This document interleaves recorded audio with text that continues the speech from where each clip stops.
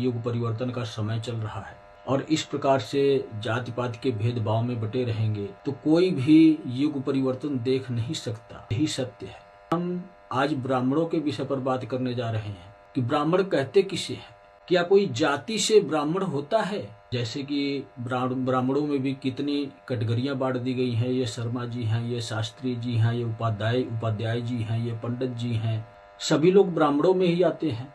और असली ब्राह्मण कौन होता है? जिसके पास ब्रह्म ज्ञान होता है वही असली ब्राह्मण होता है। यही सत्य है दुनिया का। कोई जाति से ब्राह्मण नहीं होता है। कोई शास्त्री जी है, कोई उपाध्याय जी हैं, कोई पंडित जी हैं, तो ये लोग ब्राह्मण नहीं हैं। इस प्रकार के लोग तो ब्राह्मण के नाम पर कलंक होते हैं। देखो, मैं एक छोटा सा उदाहरण देना चाहता हूँ। जैसे कि आप लोगों ने देखा होगा कि धर्म शास्त्र पुराण या ग्रंथ जो हमारे हैं, तो विद्वान लोगों ने ग्रंथों की रचना की है। विद्वान का मतलब ज्ञानी, महाज्ञानी, जिनको सत्य का मूल ज्ञान हो, उन लोगों ने ग्रंथों की रचना की है। किसी भी ग्रंथ या शास्त्र की अगर रचना होती है, क्या किसी शास्त्र के आधार पर होती है? जैसे कि संत रामपाल हैं, ये अन्य शास्त्रों को उठा कर एक दूसरे में से कुछ न कुछ वाक्य निकाल कर और अलग ग्रंथ उन्होंने तैयार कर दिया और नाम दे दिया सतलोक की यात्रा। इससे संबंधित आपको अनेकों किताबें आपको मिलेगी